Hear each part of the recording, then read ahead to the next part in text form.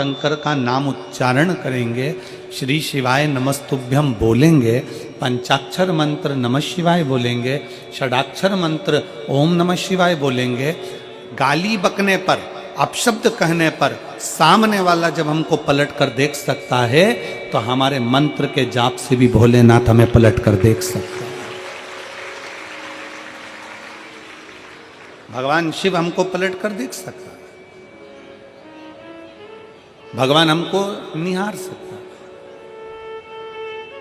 और तेरी कृपा बिना न हिले एक भी अणु, लेते श्वास तेरी कृपा से तनु तनु।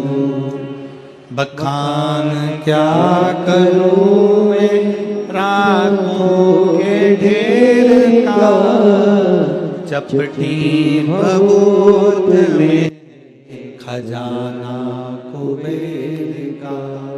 हे गंगाधार मुक्ति द्वार ओमकार तू, भोले ओमकार तू। आयो शरण तिहारी शंभु तार तार तू।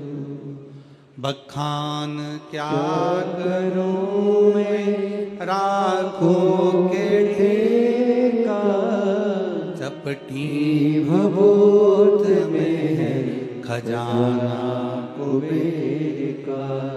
हे गंगाधार मुक्ति द्वार ओमकार तू, भोले ओमकार तू।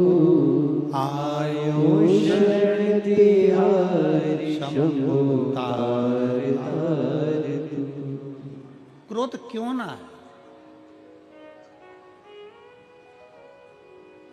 आपके शब्द बोलने से सामने वाले को क्रोध आ जाता है कि तुम्हारे मुख से श्री शिवाय नमस्तुभ्यम बोलने से मेरा भोले बाबा भी आ जाता है, मेरा शिव भी आ जाता है। केवल दिखावे से नहीं, शंकर भगवान को दिल से जिसने पुकारा मेरा शंकर उसके सामने प्रकट हुआ, दिल से। और फिर निवेदन है मेरे शंकर को, तुम्हारे दिमाग लगाने की जरूरत नहीं है शिव महापुराण में। फिर निवेदन है जितने भी श्रोता भाई बहन कथा को सुनने के लिए आए हैं वो अपना दिमाग यहाँ ना लगाएं, यहाँ दिल लगाएं। दिमाग लगाने के लिए घर है और दिल लगाने के लिए शिव महापुराण की कथा। अपने मन को लगाओ।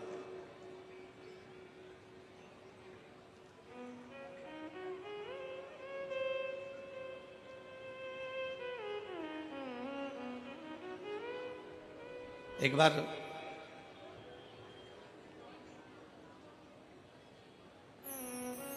भृगु ऋषि के मन में एक भाव उत्पन्न हो गया कि तीनों देवताओं की परीक्षा ली जाए। भृगु ऋषि के मन में भाव जागृत हुआ कि तीनों देवताओं की परीक्षा करेंगे। और भृगु ऋषि सबसे पहले ब्रह्मा जी के पास में पहुंचे।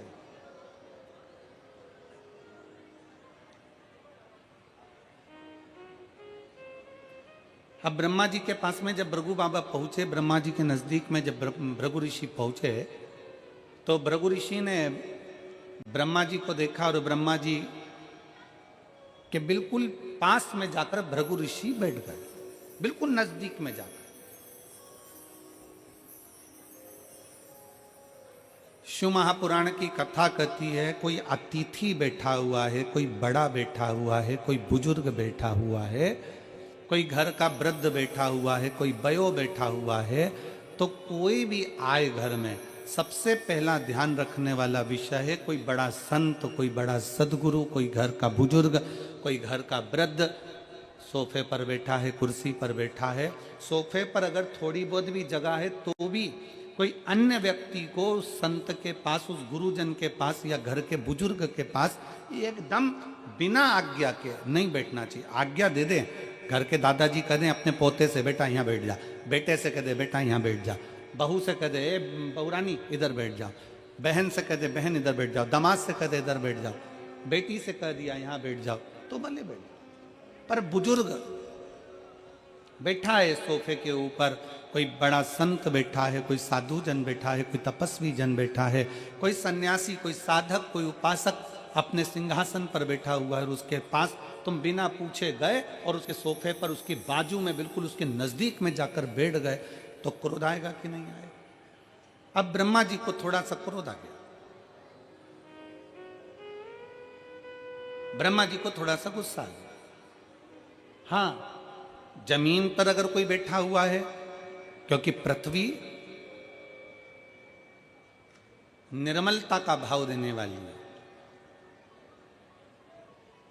अगर उस पर कोई बैठा हुआ है और उसके पास में आप जाकर बैठ रहे हो तो कोई दिक्कत नहीं। पर कोई उच्च स्थान पर बैठा हुआ है और उसके साथ में तुम जाकर बैठ गए तो वो श्रेष्ठता नहीं, उसमें उसकी आज्ञा मांगो। ए भैया, दादाजी आपका सोफा खाली है, मैं बैठ सकता हूं? दादाजी आपकी कुर्सी खाली है, क्या मैं बैठ सकता हूं? काका जी आपके सोफे पर बैठ सकता हूं? मौसी जी मैं आपके सोफे पर बैठ सकता हूं? मामा जी मैं आपके सोफे पर बैठ सकता हूं? चाचा जी मैं आपके सोफे पर बैठ सकता हूं? आज्ञा लीजिए बैठने के लिए।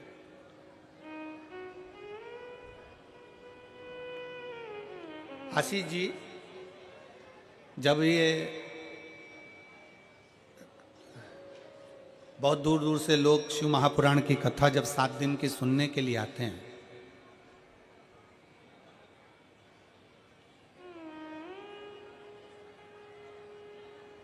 तो यहाँ शंकर जी की कथा सुनने के लिए जब पंडाल में पहले दिन, एक दिन पहले जब भक्त पहुंचते हैं तो वहाँ दरी बिछाते हैं, अपनी चटाई बिछाते हैं। देखा तुम लोगों ने? दर्शन करें और नहीं करे हो, अगर मेरठ वालों ने अगर रात्रि के दर्शन नहीं करे हो तो आज रात के इस पंडाल के दर्शन जरूर करना, यहाँ के कीर्तन के दर्शन करना।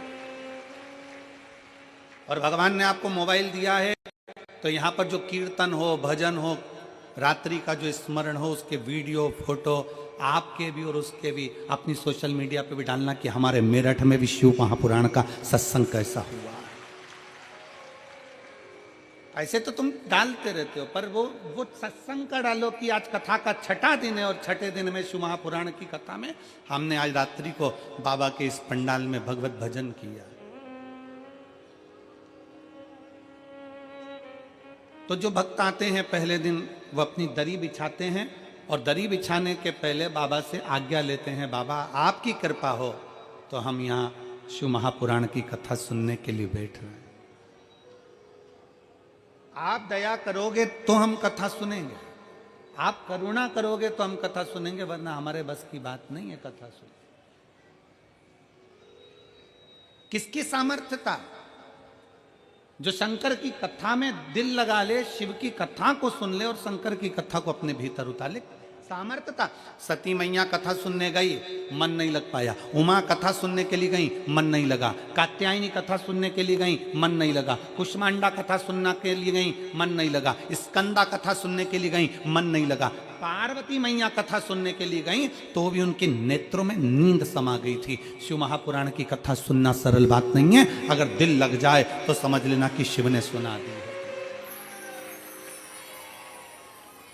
भगवान शंकर ने सुना दी तुमको, ये मानकर चलना। अगर मन लग जाए, फिर निवेदन है, शिव महापुराण की कथा में जितनी देर बैठो, शंकर की कथा में जितनी देर बैठो, उतनी देर दिमाग मत लगाना कि मुझे ये करना है, मुझे वो करना है, मैं वहाँ बैठ जाता, मैं आगे बैठ जाता, मैं पीछे बैठ जाता, मुझे तो कुर्सी नहीं मिली, मुझे सोफा नहीं मिला, मैं कहाँ बैठा हूँ, मैं किस जगह पर बैठा हूँ। दिमाग बिल्कुल मत लगाओ। ये कथा को तुम जरा, मैं कहूँ आस्था चैनल वालों से जरा दिखाइएगा, लोगों को नीचे जगह नहीं मिल रही तो गाड़ियों की छतों पर कहाँ कहाँ चढ़ के लोग बैठे हुए हैं, दीवालों के ऊपर ना जाने कहाँ कहाँ जगह मिल गई उनको। ऑटो तक के ऊपर बैठे हुए हैं, कहीं गाड़ियों के ऊपर, कहीं पानी के टैंकरों के ऊपर, कहीं जगह होए तो बैठे व्यक्ति। कथा है, यहाँ दिमाग नहीं लगाना। शिव महापुराण की कथा को जितनी देर श्रवण करने के लिए बैठो, उतनी देर दिमाग नहीं, उतनी देर क्या लगाना है आपको? अपना दिल लगाना। भगवान शंकर को अपना हृदय देना, शिव जी से अपने दिल की बात कहना, शंकर को अपने मन की बात कहना। और शिव को जब अपने दिल की बात कहोगे, मन की बात करोगे, तो शंकर उसको स्वीकार करेगा। यहाँ जितने कथा को सुनने के लिए आते हैं, पहले बाबा से कहते हैं, बाबा आप कथा कहेंगे, हम सुनेंगे, आपकी आज्ञा होगी तो हम कथा सुन पाएंगे, आप आज्ञा करेंगे तो हम रह पाएंगे, वरना घर में ढेर काम आ जाते हैं। कोई ने फोन कर दिया, आना पड़ेगा, जाना पड़ेगा, लोग फोन कर देते हैं, घर पहुंचना पड़ेगा, जरूरी काम आ गया, ये काम आ गया, तो वहां जाना पड़ेगा। और तेरी कृपा बिना न हिले एक भी अणु, लेते हैं श्वास तेरी कृपा से तनो तनो। पार्वती जी भी मन लगाने के लिए बैठी थी कथा में, पर उनकी निंद्रा लग गई थी। सती माता मन लगाने के लिए बैठी थी कथा में, पर उनका ध्यान बढ़ गया था, भीतर अहंकार उत्पन्न हो गया।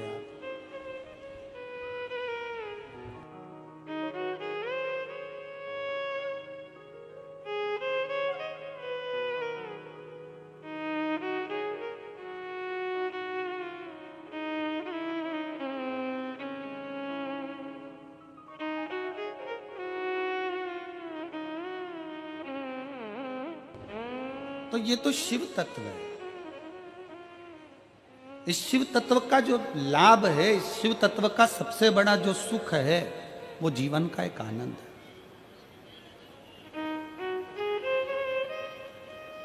और मैंने तेरे ही भरोसे, जितने बैठे हो सब गाइए, मैंने तेरे ही भरोसे हवा बिच उड़ती जावांगी, बाबा डोर हत्तो छड़ी ना मैं कटी जावांगी, भोले मैं तेरी पतंग, शंभो मैं तेरी पतंग, हवा बिच उड़ती जावांगी, बाबा डोर हत्तो छड़ी ना मैं कटी जावांगी। आप जितने यहाँ कथा के पंडाल में जितनी देर बैठो, उतनी देर दिल लगाइए, दिल मन लगाइए, हृदय लगाइए। आएंगे कई लोग, दिमाग लगाने वाले भी बहुत सारे आएंगे यहाँ पर। जब रुद्राक्ष उत्सव सीहोर में हुआ, तो रुद्राक्ष उत्सव में भी बहुत लोगों ने दिमाग लगाया, ऐसी ऐसी न्यूज़ें फैलाई कि ये मर गए ने, वो जी गए ने, इतनी भीड़ हो गई ने, धक्का हो गई ने, मुक्की हो गई। आखिरी में जब पूरी मीडिया पहुंची, सब कुछ देखा तो एकदम नॉर्मल था। पर दिमाग लगाने वाले ऐसा नहीं है, यहाँ भी पहुंचेंगे, कई जगह का ऐसा बना के भेज देंगे कि लोगों को यहाँ तो ये हो गया, वहाँ तो वो हो गया। पर जितने बैठे हैं शिव के भक्त, एक बार जोरदार ताली बजाकर बताओ कि कथा का आनंद है कि नहीं।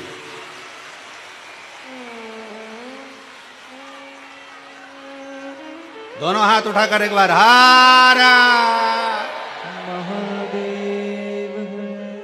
अब यहाँ किसको, सब अपनी मस्ती में बैठे हैं, एक पंडाल, दो पंडाल, तीन पंडाल, पीछे के पंडाल, सब अपनी मस्ती में बैठे हैं। यहाँ कोई किसी को कोनी भी नहीं मार रहा, जम के तो बोलो जरा। यहाँ कोनी, वो कहते हैं ना, ये तो प्रेम की बात है उद्धव, बंदगी तेरे बस की नहीं है। यहाँ तो दम दम में होती है पूजा, कोनी मारने की भी फुर्सत नहीं है। यहाँ कौन को फुर्सत है? बोल बम का नारा है, यहाँ किसी को फुर्सत नहीं है। यहाँ तो एक लालसा है, रोड पर चलकर जो आ रहे हैं उनको भी एक लालसा है, कहीं जगह मिल जाएगी, कथा सुन लूंगी, 15 minute, 20 minute, 5 minute, 10 minute, 1 minute, कुछ मिल जाए कथा सुनने को, बस मेरा आनंद हो जाए, बस कथा। और कई ऐसे मिलेंगे जो दिमाग लगाने आएंगे, हमको बैठने की जगह नहीं दी है तो मैं गलत प्रचार करूंगा, कहीं से भी करूं, कैसा भी प्रचार करूंगा और गलत प्रचार करूंगा। मेरे परिवार के लोगों को आगे बैठने का मौका नहीं दिया, मेरे परिवार वालों को अंदर नहीं जाने दिया, अब रुको।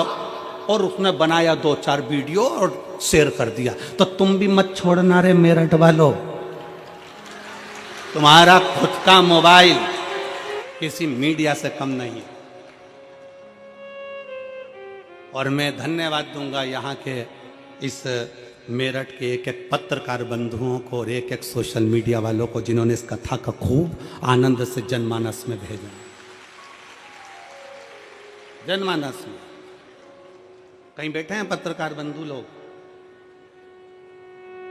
कितने हो?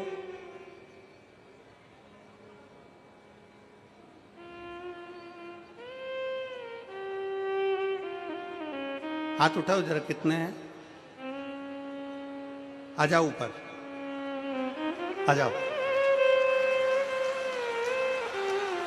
आ जाओ, आ जाओ।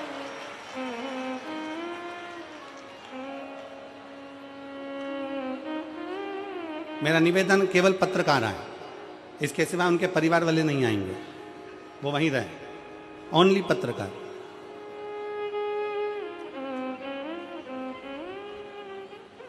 बाबा की कथा में, भगवान शंकर ओघड़ रानी की कथा में दिमाग नहीं, भगवान शंकर की कथा में क्या लगाना है?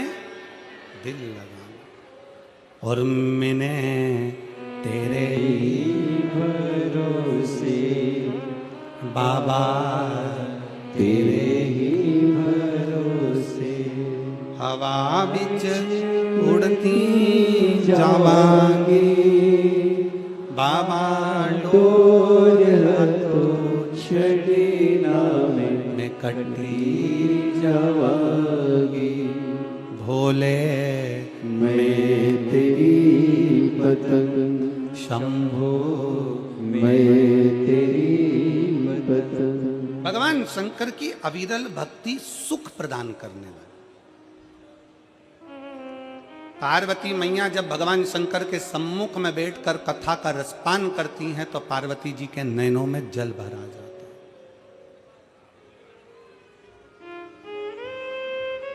पार्वती जी के नैनों में जल भरा जाता है, नेत्र में जल। पार्वती क्यों? पार्वती जी के नैनों में जब कथा सुनने के लिए बैठ रही थी तो जल इसलिए भरा गया। दो चीजें पार्वती जी के नैनों में आई थी, एक जल भरा गया था, फिर निंद्रा भी समा गई थी। पार्वती जी के नैनों में कथा चालू होने के पहले जल इसलिए आ गया था क्योंकि पार्वती जी को अपने पूर्व जन्म का भान होता गया। मैं सती बनी थी, कुंभज ऋषि के यहाँ कथा सुनने के लिए गई थी। कथा सुनने के लिए जब मैं कुंभज बाबा के यहाँ पहुंची तब उस जगह पर मेरा मन कथा में नहीं लगा था, मेरे भीतर अहंकार आ गया था और कथा मुझसे छूट गई थी।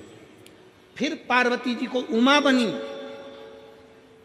और उमा बनकर भगवान महेश के साथ में कथा सुनने के लिए गई थी, तब मन नहीं लगा था कथा। फिर माता पार्वती कात्यायनी बनी, भगवान शंकर के साथ कथा सुनने के लिए गई। फिर माँ भगवान शंकर बगला मुख बने और पार्वती मैया बगला मुखी बनी।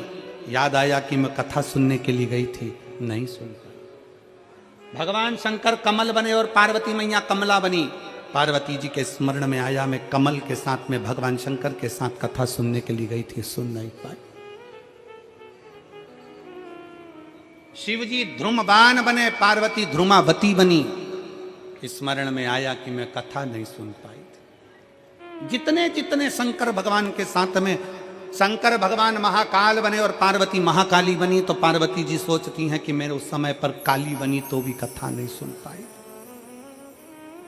तो भी कथा नहीं श्रवण कर पाई। आज पार्वती जी की आंख में आंसू भर गया कि आज मेरे बाबा ने बड़ी कृपा करी जो मुझे कथा सुनाने के लिए इस अमरनाथ की गुफा के अंदर लाकर बिठा दिया और मुझे कथा सुना। अमरनाथ की गुफा। अरे ओ मेरठ की मेरी जीजियों और मेरठ के मेरे जीजाओं, मेरी बेटियों बेटाओं, मेरी माताओं, मेरे भाई, आप सब के चरणों को नमन कर कर कहता हूं, ना जाने कौन सी किस्मत आप और हमने ली है जो इस मेरठ की भूमि पर शिव पुराण की कथा सुन रहे हैं। जिस भूमि पर बेलकेश्वर महादेव विराजमान है, जिस भूमि पर ओगणनाथ विराजमान है, जिस भूमि पर मेरठ के चारों तरफ शंकर भगवान के प्राचीन प्राचीन मंदिर विराजमान हैं, और आज भी मेरठ की पवित्र भूमि शंकर के एक एक शिवलिंग से समाहित है। ये वो मेरठ की भूमि है, ये वो मेरठ की धरा है।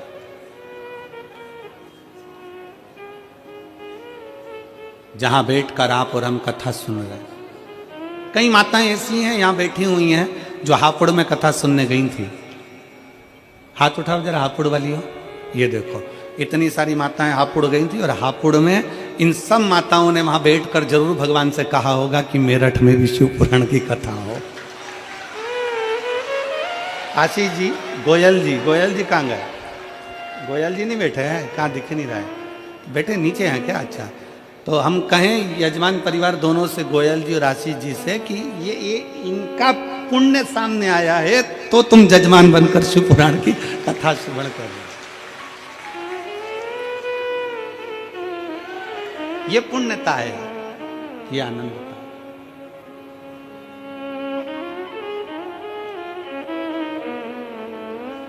वो कहते हैं ना, कोई पिछले जन्म के अच्छे कर्म मुझे बाबा तेरा, कोई पिछले जन्म के अच्छे कर्म मुझे बाबा तेरा, जहाँ सारी दुनिया झुकती है, जहाँ सारी दुनिया झुकती है, ये आली दरबार मिला, मुझे भोले तेरा द्वार मिला। कोई पिछले जन्म के अच्छे कर्म मुझे बाबा तेरा, कोई पूर्व का लिखा होगा, कोई पूर्व का बना होगा, और पूर्व का बने बिगर मिल भी नहीं सकता।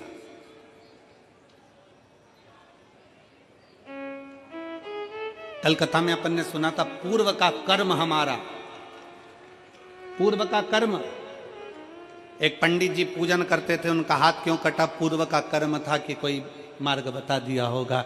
राजा का बेटा क्यों मारा? कोई पूर्व का कर्म होगा मारा।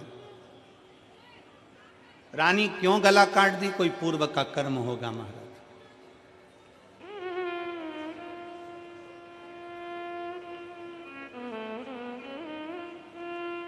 और केवल आप और हम नहीं, शिव महापुराण की कथा कहती है कि पूर्व के कर्म का भोग तो परमात्मा को भी भोगना पड़ता है, परमात्मा को भी भोगना पड़ता है। शंकर भगवान ने सूर्यदेव के पुत्र यमराज के प्राण हर लिए थे, यम के प्राण हर लिए थे।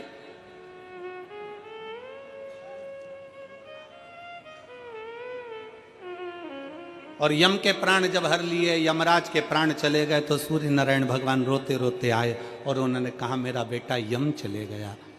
बोले बाबा, ऐ शंकर जी, ओ गढ़दानी शंभु, हे शिव, मेरा बेटा चले गया। पत्रकार आ जाओ, आ जाओ, आ जाओ, आ जाओ।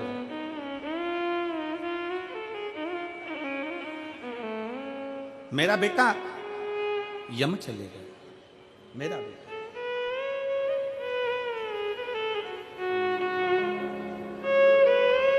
एक बार सभी पत्रकारों के लिए जोरदार ताली बजाते हैं।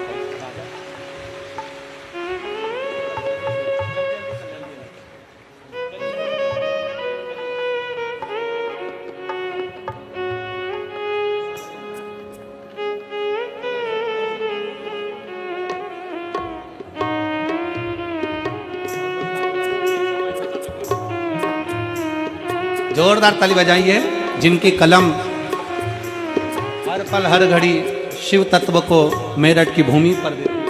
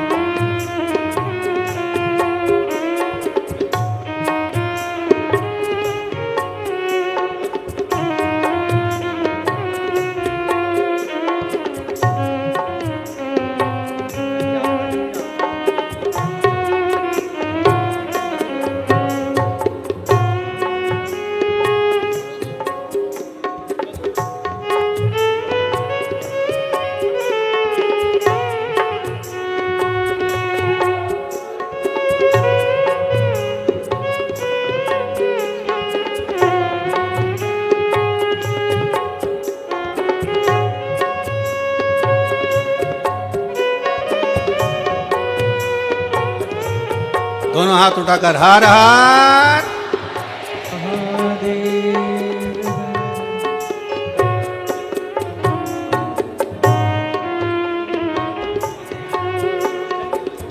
ओगड़दानी भगवान शिव, त्रिकालदर्शी कैलाशी भगवान शंकर। पार्वती मैया के मन में ये भाव इसलिए नयनों से जल बह रहा है माता पार्वती के नयन से कि मैंने इतने जन्म गंवा दिए और हर जन्म में मुझे कथा सुनने को मिली, पर मैं कथा सुनने जा नहीं पाई, मेरा दिल नहीं लगा पाया। कितने जन्म मैंने निकाल दिए और हर जन्म में मैंने कथा सुनने का प्रयास किया, पर कथा श्रवण नहीं कर पाया। कितने जन्म, एक जन्म की तो बात ही नहीं। कितने कितने जन्म निकाल दिए मां ने, कितने जन्म।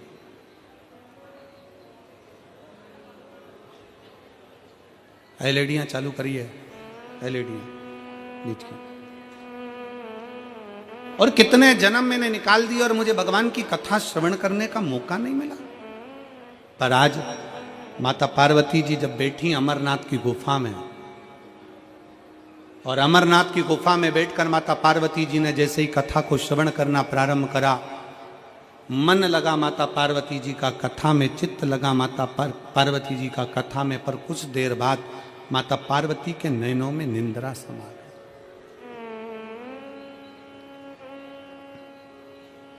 पार्वती जी के नयनों में निंद्रा समा गई। और पार्वती जी के नयनों में जैसी निंद्रा समाई तो भगवान शंकर ने, आखिरी में भगवान शंकर ने दोनों हाथ उठाकर जैसे ही जय घोष करा, बोल शिव महापुराण की। जैसे ही जय घोष करा, जय घोष करते से ही पार्वती जी के नेत्र की निंद्रा खुल गई। फिर पार्वती जी को दुख हो गया। माता पार्वती जी के चित्तवृत्ति में फिर दुख हो गया कि मैं कथा के चलते चलते अपने नैनों को बंद कर कर मैंने विश्राम कर लिया, सो लिया। पर कौन समझाए, कौन समझाए कि मिलता है सच्चा सुख केवल भगवान तुम्हारे चरणों में।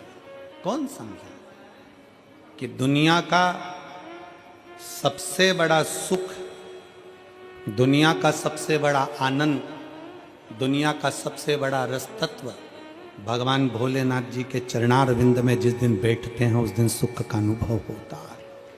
उस दिन सुख का अनुभव कौन समझा? क्योंकि वो क्षमा करने वाला है, वो माफ करने वाला है, वो दुनिया पर कृपा करने वाला है। उसके आश्रित हो जाओ, उसके आश्रित। एक पत्र है,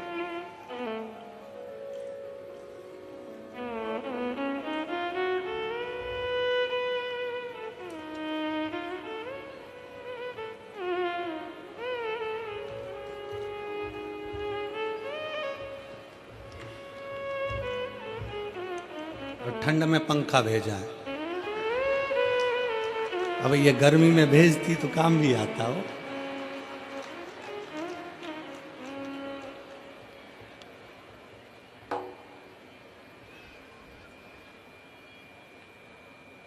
अब पहले पत्र के ऊपर की लाइन पढ़ो, फिर मेरे को पढ़ के सुनाओ, फिर मैं तुमको पत्र पढ़ के सुनाऊंगा।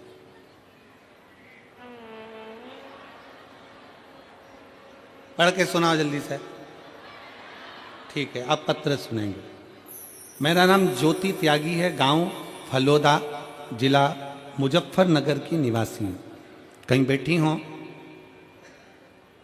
ज्योति जी त्यागी जी, कहीं बैठी हो तो हाथ हिला सकती हैं, और अगर आई हो तो हाथ हिलाएं, और कहीं बैठी हो तो एक बेलपत्र लेने जरूर पधारें। मेरा नाम ज्योति त्यागी है, गांव फलोदा, जिला मुजफ्फरनगर की निवासी हूँ। मेरे पति का नाम सचिन त्यागी है। एक लोटे जल का मैं क्या वर्णन करूँ गुरुदेव। पत्र को साथ में पढ़िएगा आप लोग। सन 2021 में मेरे पति को अचानक गले में दर्द हुआ। डॉक्टर को दिखाया, जांच कराई तो पता चला कि उन्हें कैंसर है। डॉक्टर ने ऑपरेशन का बोल दिया, ऑपरेशन भी हो गया। गले में जख्म होने के कारण कुछ खा नहीं पाते थे, केवल लिक्विड ही पी पाते थे। हम चिंतित रहने लगे। फिर मम्मी ने आपकी कथा के बारे में बताया। जून 2023 में हम सीहोर गए, वहाँ से रुद्राक्ष लाए।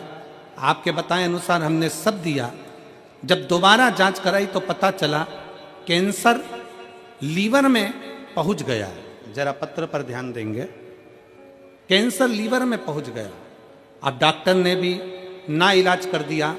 फिर दूसरे डॉक्टर से सलाह ली, उन्होंने कहा 3 इंजेक्शन का बोल दिया और अस्पताल ले गए। डॉक्टर ने उनको वेंटिलेटर पर रख दिया। मैंने तभी रुद्राक्ष हाथ में उठाकर विनती की, बाबा तेरे ही भरोसे हम, वो एक लाइन इन्होंने लिखी है, तेरे ही भरोसे हम बीच उड़ती जावेंगे बाबा, डोर हथ तो छड्डी ना। बाबा की ऐसी कृपा हुई।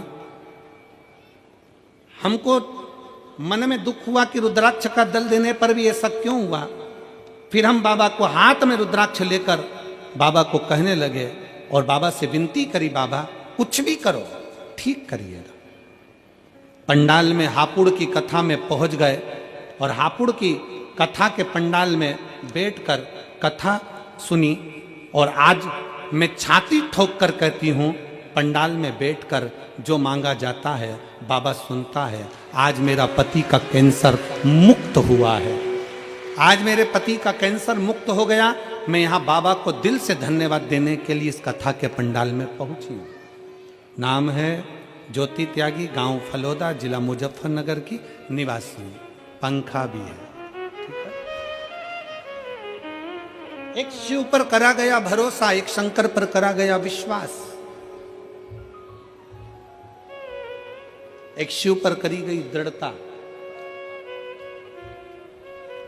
क्या देगा, कैसे देगा, कब देगा पता नहीं, पर इतना विश्वास तो है, इतना भरोसे से कर सकते हैं कि खाली ना जाता कोई दर से तुम्हारे, खाली न जाता कोई दर से तुम्हारे, मैं भी खड़ी हूँ नंदी बाहें पसारे, अपने हृदय से लगा लो गिरा जा रहा हूँ, उठा लो भोले अपने दर से, अब तो न टालो, गिरी जा रही हो, उठा लो। आप बाबा से अपने मन की बात कहने के लिए आए हो, इस कथा के पंडाल में लाखों की संख्या में पहुंचे हो और विश्वास से कहते हैं कि बाबा 3 महीने के अंदर जो मांग कर जा रहे हो वो देगा जरूर। हम जानते हैं जगह नहीं है पंडाल में, ग्राउंड में कहीं जगह नहीं है, सब भरा पड़ा है, जगह नहीं है, पर विश्वास, भरोसा, दृढ़ता, आपका भरोसा।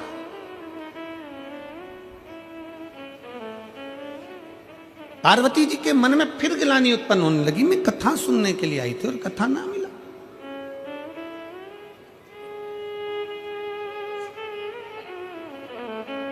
मैं सो गई, निंद्रा लग गई। मेरी चित्तवृत्ति फिर रह गई। जिस दिन 7 दिन में से अगर 1 दिन की भी शिव महापुराण की कथा पंडाल में अगर आपको सुनने को मिल जाए, समझ लेना कि कहीं शंकर जी ने तुम्हारा हाथ पकड़कर तुम्हें खींचने की तैयारी कर ली। कहीं मिल जाए। एक पत्र है, एक तो निवेदन है, ऐसा डिजाइन में पत्र मत बनाया करो। अब क्या क्या पढ़ूं और कहां से शुरू करूं? ये तो उसी में का हाल है। एक व्यक्ति नाई की दुकान पर गया और नाई की दुकान पर जाकर बैठ गया, और जैसे ही नाई की दुकान पर बैठा तो नाई को गुस्सा आ गया, क्योंकि नाई ने देखा कि उसकी खोपड़िया पे केवल 8 बाल थे। इतना गुस्सा आया नाई को, तो नाई गुस्से में पूछा,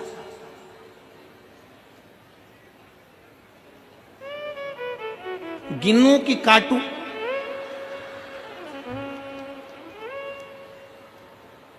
वो व्यक्ति बोला, कलर कर दे।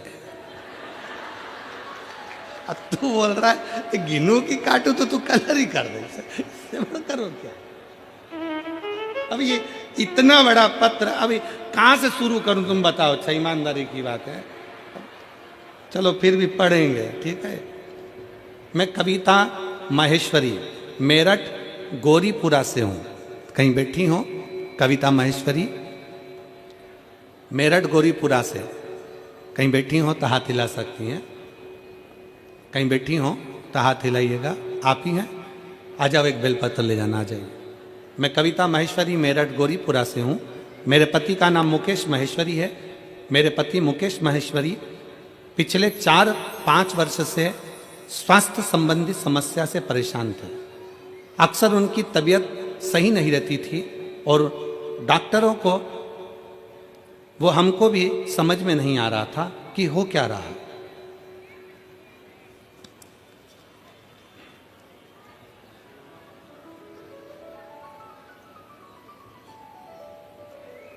हमें समझ में नहीं आया कि हो क्या रहा है।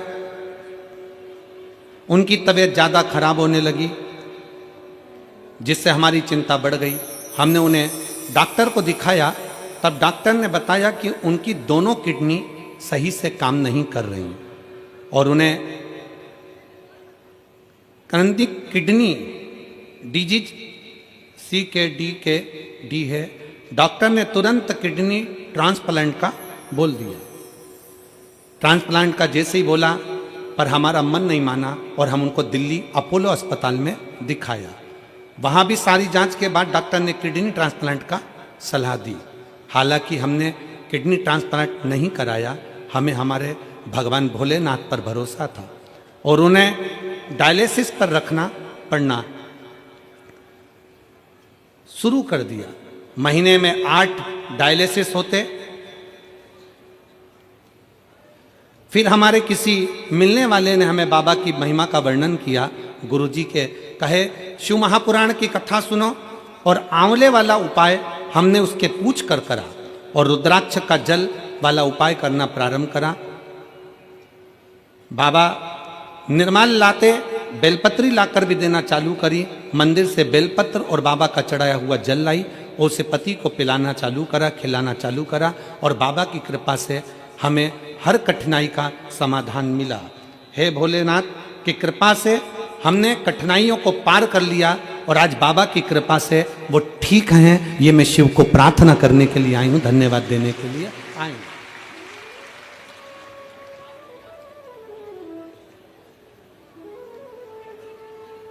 जो डायलिसिस हफ्ते में 1 बार होता था, बाबा का रुद्राक्ष का जल पीने से वो डायलिसिस अब महीने में 1 हो गया। मैं बाबा को प्रणाम कर कर धन्यवाद देने आई हूँ कि अब धीरे धीरे डॉक्टर बोल रहे हैं कि किडनी ने काम करना प्रारंभ कर दिया। मैं शिव को नमन करने के लिए, ये शिव तत्व है, ये ओघड़ी है शंभु, ये त्रिकालदर्शी कैलाशी अविनाशी है। एक विश्वास, आ जाओ, एक भरोसा।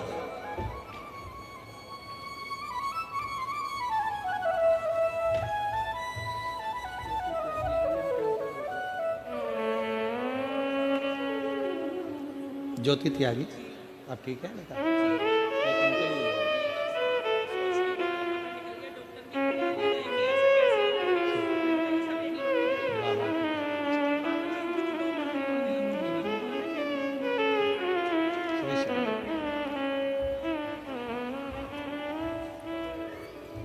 पीछे की एलईडियां चालू करवाइए।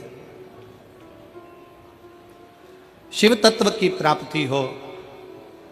शिव महापुराण की कथा कहती है जितना विश्वास आप बाबा देवाधिदेव महादेव पर करेंगे, भगवान शंकर को एक लोटा जल समर्पित कर कर भगवान शंकर से अपने मन की बात कहेंगे, मेरा ओघड़नाथ, मेरा शिव, मेरा त्रिकालदर्शी, कैलाशी, विनाशी, उसको स्वीकार करें। मिल जाए कथा श्रवण करने को तो साधुता दीजिए। आदर करना ना भूले। भृगु बाबा ब्रह्मा जी के पास में जाकर बैठ गए, एकदम नजदीक में जाकर भृगु ऋषि के बिल्कुल, भृगु ऋषि ब्रह्मा जी के बिल्कुल करीब में जाकर बैठ। और जब ब्रह्मा जी ने देखा तो ब्रह्मा जी को थोड़ा सा क्रोध आया कि मुझसे बिना पूछे, बिना आज्ञा के, बिना बोले आकर बैठ गए। कम से कम मुझे बोलना तो था, मुझसे पूछना तो था।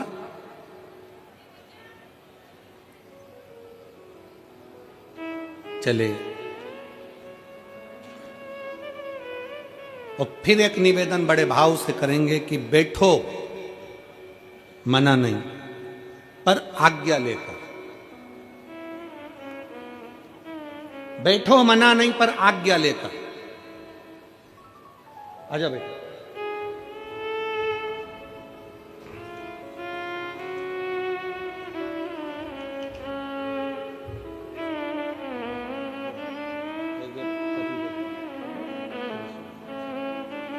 कविता जी महेश्वरी।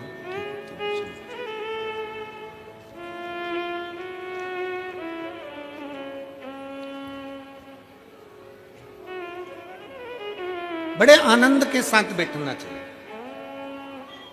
पर कोई आदरणीय बैठा है, कोई बड़ा बैठा है, कोई सत्कार करने वाला बैठा है, कोई साधु जन है, कोई सन्यासी जन है, कोई तपस्वी जन है, कोई साधक है, कोई उपासक है, उसको भी सम्मान देना चाहिए।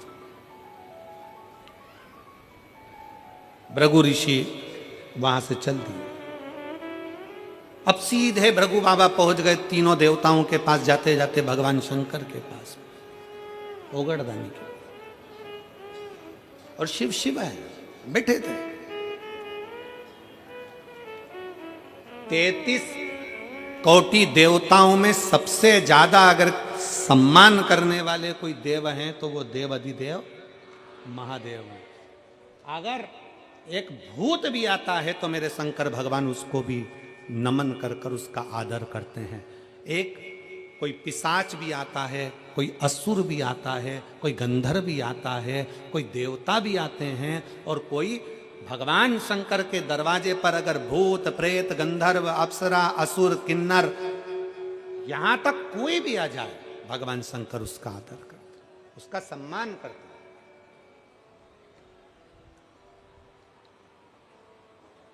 कौन होगा संसार में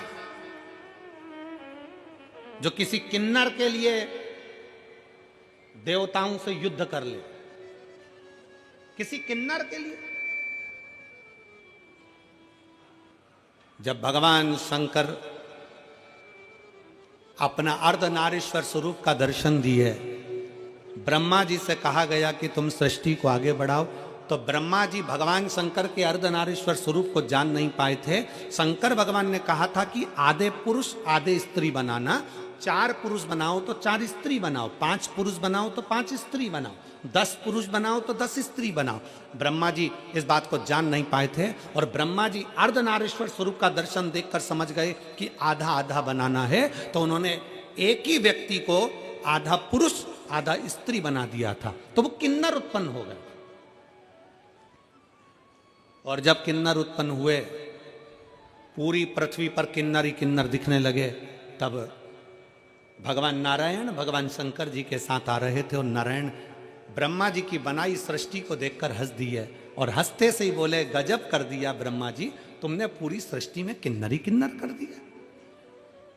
जैसे ही भगवान नारायण हंसे, हंसते से ही भगवान शंकर को क्रोध आ गया कि सृष्टि ब्रह्मा जी ने बनाई है और आप उस पर हंस रहे।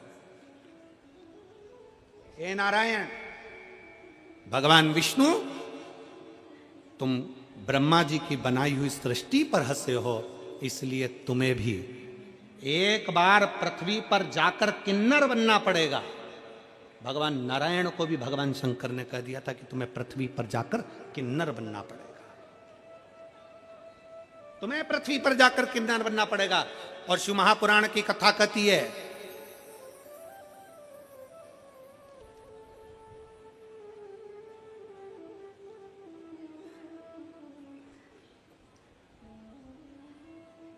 शिव महापुराण का चरित्र कहता है, जिस समय पर पांडव और कौरवों का युद्ध हो रहा था, कौरव और पांडवों के युद्ध में ध्यान में आया, भगवान कृष्ण ने कहा कि अर्जुन, तुम्हारा एक पुत्र उलूपी का पुत्र अरावन वन में रहता है, उसको भी युद्ध के लिए लेकर आओ। अर्जुन उसको युद्ध के लिए लेकर आ गए, अर्जुन उसको युद्ध के लिए लाए। पर अर्जुन युद्ध के लिए लेकर आए, और युद्ध के लेकर आने के लिए क्यों? क्योंकि कुरुक्षेत्र की भूमि चंडी की भूमि थी। इस कुरुक्षेत्र की भूमि पर सबसे पहले बलि चढ़ाना थी। और बलि किसकी चढ़ाना है? क्योंकि कुरुक्षेत्र की भूमि ने कह दिया था, चंडी ने कह दिया था, एक बलि कौरव की लूंगी, एक बलि पांडव की लूंगी। कौरवों में से तो 100 थे, उन्होंने कहा एक को देवी देंगे तो 99 बचेंगे, पर पांडव में तो 5 थे, अगर एक भी चले गया तो फिर 4 ही बचेंगे। भगवान कृष्ण ने कहा, अर्जुन तू तेरे बेटे को लेकर आ, रावण को लेकर आए, उलूपी के पुत्र को लेकर आए। रावण को लाकर खड़ा कर दिया। रावण को मालूम पड़ा कि मेरी बलि चढ़ना है। भगवान कृष्ण के पास रावण ने खबर कर दी कि द्वारकाधीश से कहना, द्वारकानाथ मैं अपनी बलि चढ़ाने को तैयार हूं, पर मैंने सुना है अगर कोई कुंवारी अवस्था में मर जाता है तो ना उसे नरक मिलता है ना उसको स्वर्ग मिलता है। अगर कोई कुंवारी अवस्था में मर गया, कोई कुंवारा मर गया, तो वो ना तो नरक जाता है ना स्वर्ग जाता है, वो आहूत माना जाता है। हमारे मारवाड़ियों में एक नाम चलता आहूत। आहूत मतलब वो कुंवारा चले गया, कुंवारी अवस्था में चले, उसकी गति नहीं है, ना उसको पिंड मिल रहा है, ना उसको तर्पण मिल रहा है, ना उसको जल मिल रहा है, ना भोज मिल रहा है, वो तड़पता रहता है।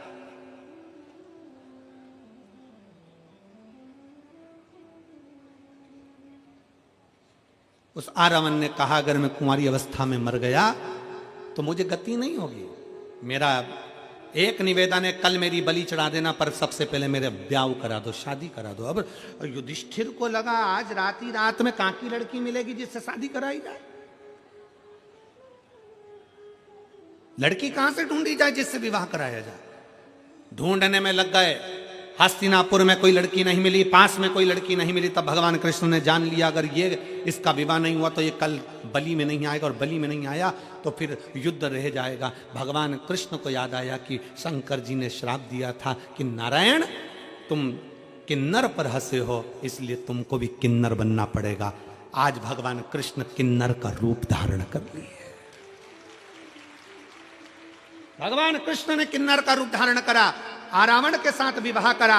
विवाह करने के बाद भगवान जब रावण के प्राण चले गए तो भगवान नेत्रों से नीर बहाते रहे। आज भी किन्नर गले में मंगल सूत्र पहनते हैं, आज भी किन्नर पाँव में बिछुड़ी पहनते हैं, आज भी किन्नर हाथ में चूड़ा पहनते हैं, मांग में सिंदूर भरते हैं। कौन है उनका पति? शिव महापुराण की कथा कहती है, रावण के साथ प्रत्येक किन्नर का विवाह होता है। एक रात्रि का विवाह एक घड़े के साथ, रावण के साथ किया जाता है, फिर उस घड़े को तोड़ दिया जाता है।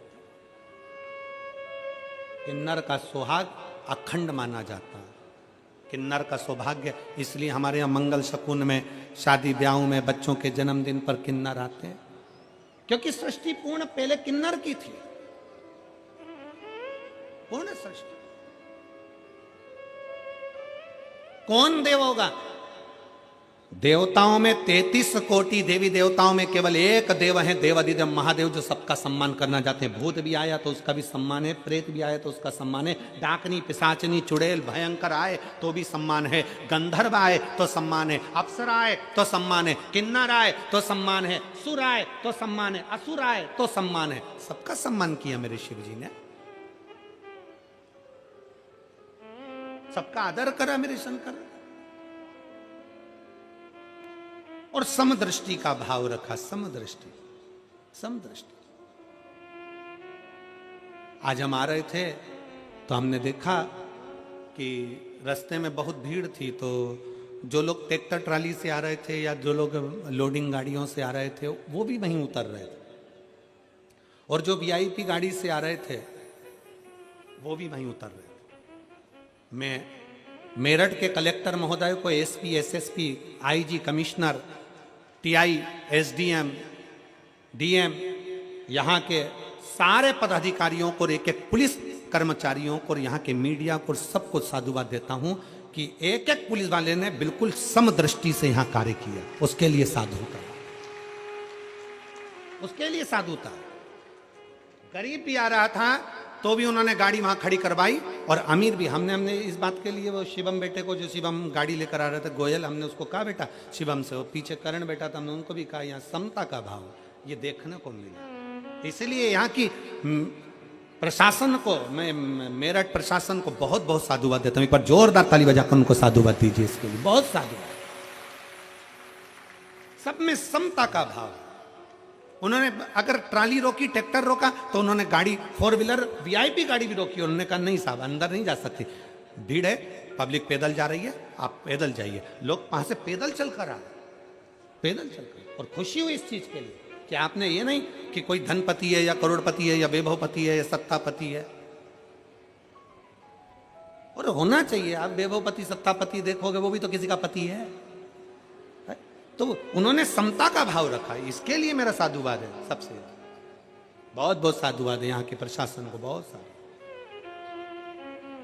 बहुत सुंदर तरीके से ये लाखों की भीड़ को, अपार जन समुदाय को यहाँ के प्रशासन ने जो संभाला है, एक बार जोरदार ताली बजाकर बहुत बहुत साधुवाद, बहुत सारा, बहुत। एक शिव तत्व की लहर का, भगवान शंकर की अविरल भक्ति में समता का भाव होना चाहिए, क्योंकि मेरे शंकर शमशान में निवास करते हैं। मेरे शिव के पास में भेद नहीं है। अमीर भी जाएगा तो बांस पर, गरीब भी जाएगा तो बांस पर, अमीर भी जाएगा तो सफेद कपड़े में, गरीब भी जाएगा तो सफेद कपड़े में। जहां सबकी शान सम है उसी का नाम सम शान है। बराबर देखता, उसमें भेद नहीं है।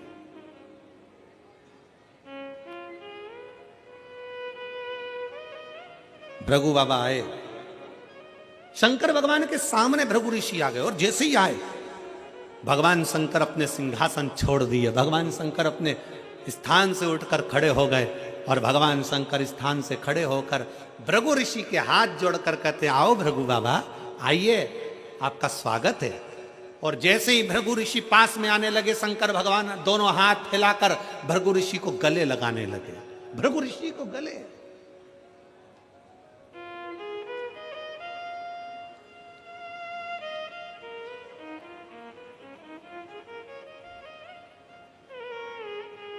शिव महापुराण की कथा कहती है, विद्वान से ज्यादा श्रेष्ठ होता है विद्यावान। कौन? जम के बोलो, विद्यावान।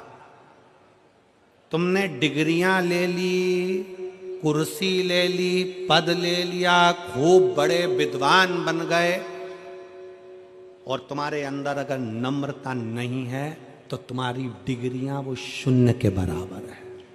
तुम्हारी डिग्रियां शून्य के बराबर है। विद्वान से बड़ा होता है विद्यावान। इसलिए हनुमान जी महाराज को कहा जाता विद्यावान, गुणी, अति चातुर, राम काज करीबे को आतुर। हनुमान जी को विद्यावान कहा गया, विद्वान नहीं। हनुमान जी विद्वान नहीं कहे गए। और जिसमें कितने बड़े विद्वान थे, अष्ट सिद्धि नव निधि के दाता, असबर दीन राम रसायन तुम्हारे पास, सदा रहो रघुपति के। कितना विद्वत्ता, अष्ट सिद्धियां उनकी, नव निधियां उनकी, सारा वैभव, सारा धन, सारा ज्ञान, सब कुछ हनुमान जी में था। सब कुछ था हनुमान जी में।